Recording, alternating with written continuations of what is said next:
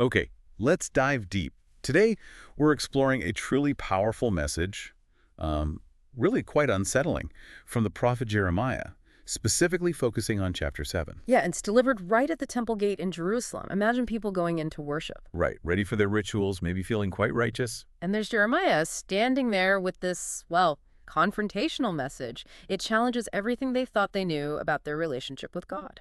Delivered to the worshipers as they're entering.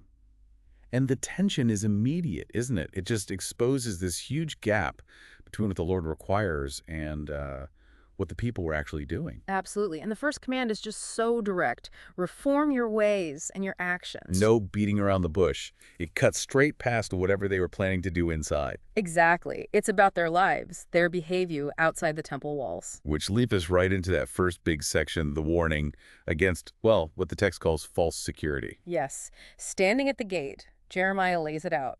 Reform your ways, and there's a conditional promise attached. Conditional, that's key. Right. I will let you live in this place, meaning the land, their home if they reform. Security isn't automatic. It depends on how they live. But they seem to think it is automatic. That's the delusion, right? The warning hits it head on. Do not trust in deceptive words and say, this is the temple of the Lord, the temple of the Lord, the temple of the Lord. Chanting it 3 times really emphasizes how much they were leaning on the physical building. Like it was some kind of magic charm. Believing the structure itself or just being associated with it was enough, regardless of everything else. That seems to be the issue. Trusting the symbol, not the reality it was meant to point to. Misplaced faith. So Jeremiah immediately defines what real reform looks like. It's not vague. No, it's very concrete. Things like deal with each other justly, basic fairness. And protecting the vulnerable. Do not oppress the alien, the fatherless, or the widow. Crucial. And do not shed innocent blood. And, very importantly, do not follow other gods to your own harm. So justice, compassion, respect for life, and exclusive loyalty. These are the foundations. Exactly. The promise of dwelling in the land, the security they wanted, it's tied directly to these actions, not just showing up at the temple. Then I will let you live in this place Yeah. forever and ever. The promise is huge, but so are the conditions. But then the text just pivots sharply to the harsh reality, the indictment, because their actions told a very different story. Despite the warning, it says, but look, you are trusting in deceptive words that are worthless. That temple chant. Worthless, given how they lived. And the list of their actual deeds is pretty shocking. Will you steal and murder, commit adultery and perjury? It goes on, burn incense to Baal and follow other gods you have not known. So serious social breakdown and rampant idolatry. Right. And then the text juxtaposes this with their religious posture. It's jarring. And come and stand before me in this house. Yeah. And say, we're safe. Safe to do all these detestable things, the sheer audacity of it. It's stunning hypocrisy, isn't it? Committing these acts and then walking into the temple expecting, what, a divine stamp of approval? Protection. Like the temple is some kind of hideout, a place to get away with it all. Which leads directly to that incredibly potent question. Has this house become a den of robbers to you? Wow. Yeah, a den of robbers, not just where crime happens, but where criminals retreat after the crime, thinking they're safe. Applying that to the temple, it's devastating. Suggesting they treated it like a sanctuary from God's judgment, not a place to meet God in repentance. And God's response, simple, direct, and chilling. But I have been watching, declares the Lord. Nothing was hidden. The performance meant nothing. So, to drive the point home, they're told to look back, to remember history. Exactly. The command is, go now to the place in Shiloh. Remember Shiloh? Where the tabernacle first stood, the main sanctuary before Jerusalem. That's the one. Yeah. Where I first made a dwelling for my name, and see what I did to it because of the wickedness of my people Israel. So look at what happened to the previous holy place. Its sacred status didn't save it when the people were wicked. It's a direct historical precedent. Judgment fell before, it can fall again. Having the temple isn't automatic immunity. And the text points out God's patience, his repeated attempts to warn them, just like now.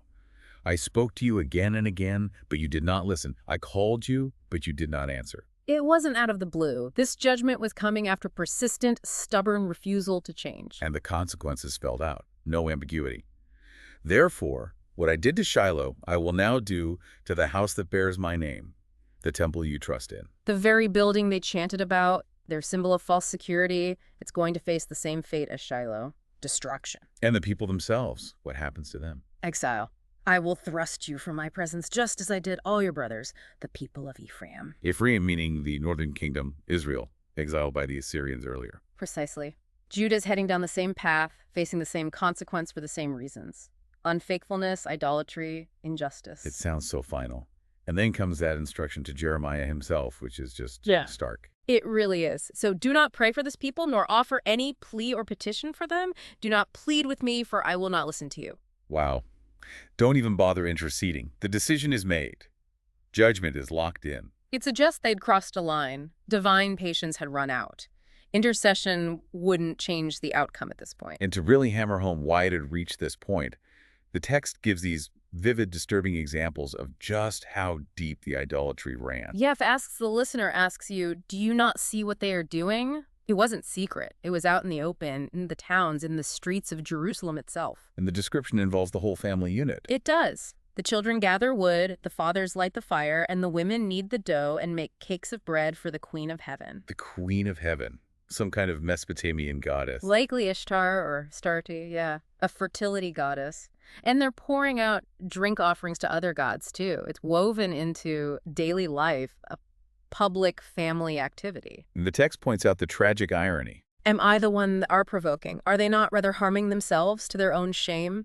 Their actions weren't hurting God, ultimately. They were self-destructive. Sin bringing its own consequences. And the judgment described is just. Horrible. Overwhelming. My anger and my wrath will be poured out on this place, on man and beast, on the trees, on the fruit. It will burn and not be quenched. Utter desolation. But it wasn't just happening out in the streets. It got worse, didn't it? Inside the temple itself. Unbelievably, yes. They have set up their detestable idols in the house that bears my name and have defiled it, bringing foreign worship right into the most sacred space. Polluting the very place meant for God's exclusive presence. And then, perhaps the most horrifying part, the Valley of Ben Hinnom, Topheth. Child sacrifice. Yeah. They have built the high places of Topheth to burn their sons and daughters in the fire. It's almost unthinkable, this extreme pagan practice happening right near Jerusalem. And God's reaction couldn't be stronger. Something I did not command, nor did it enter my mind.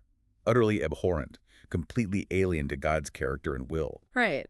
This wasn't some misunderstanding. It was a profound perversion. All of this catalog of failures and horrors, sets up that central contrast the chapter keeps returning to. Yes, between all this ritual they were performing and what God actually wanted from the beginning. It almost dismisses their sacrifices, doesn't it?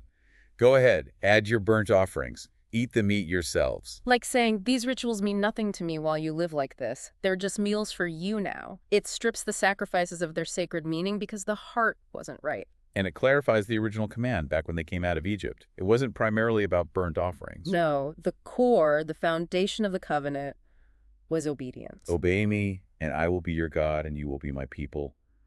Walk in all the ways I command you, that it may go well with you. That was the deal. Obedience. Living justly, faithfully, ethically, that was the path to well-being, to shalom, to security. Not just performing sacrifices. But their response, historically and currently. Consistent failure.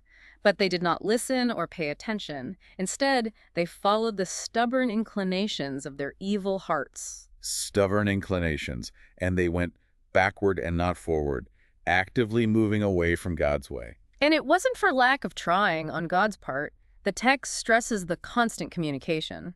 From the time your forefathers left Egypt until now, day after day, again and again I sent you my servants the prophets, a relentless effort to call them back. Met with equally relentless resistance. But they did not listen. They were stiff-necked and did more evil than their forefathers. Harder hearts, worse behavior than previous generations. And depressingly, God tells Jeremiah that his own message will get the same reception. Yeah. When you tell them all this, they will not listen to you. When you call to them, they will not answer. It underscores the depth of their deafness. Leading to that bleak assessment of the entire nation. Just devastating. This is the nation that has not obeyed the Lord its God or responded to correction. Truth has perished. It is banished from their lips. No obedience, no correction, not even basic honesty left. A complete moral collapse. And the symbolic action Jeremiah is told to perform. Cut off your hair. Take up a lament. Signs of deep mourning. Why? For the Lord has rejected and abandoned this generation that is under his wrath.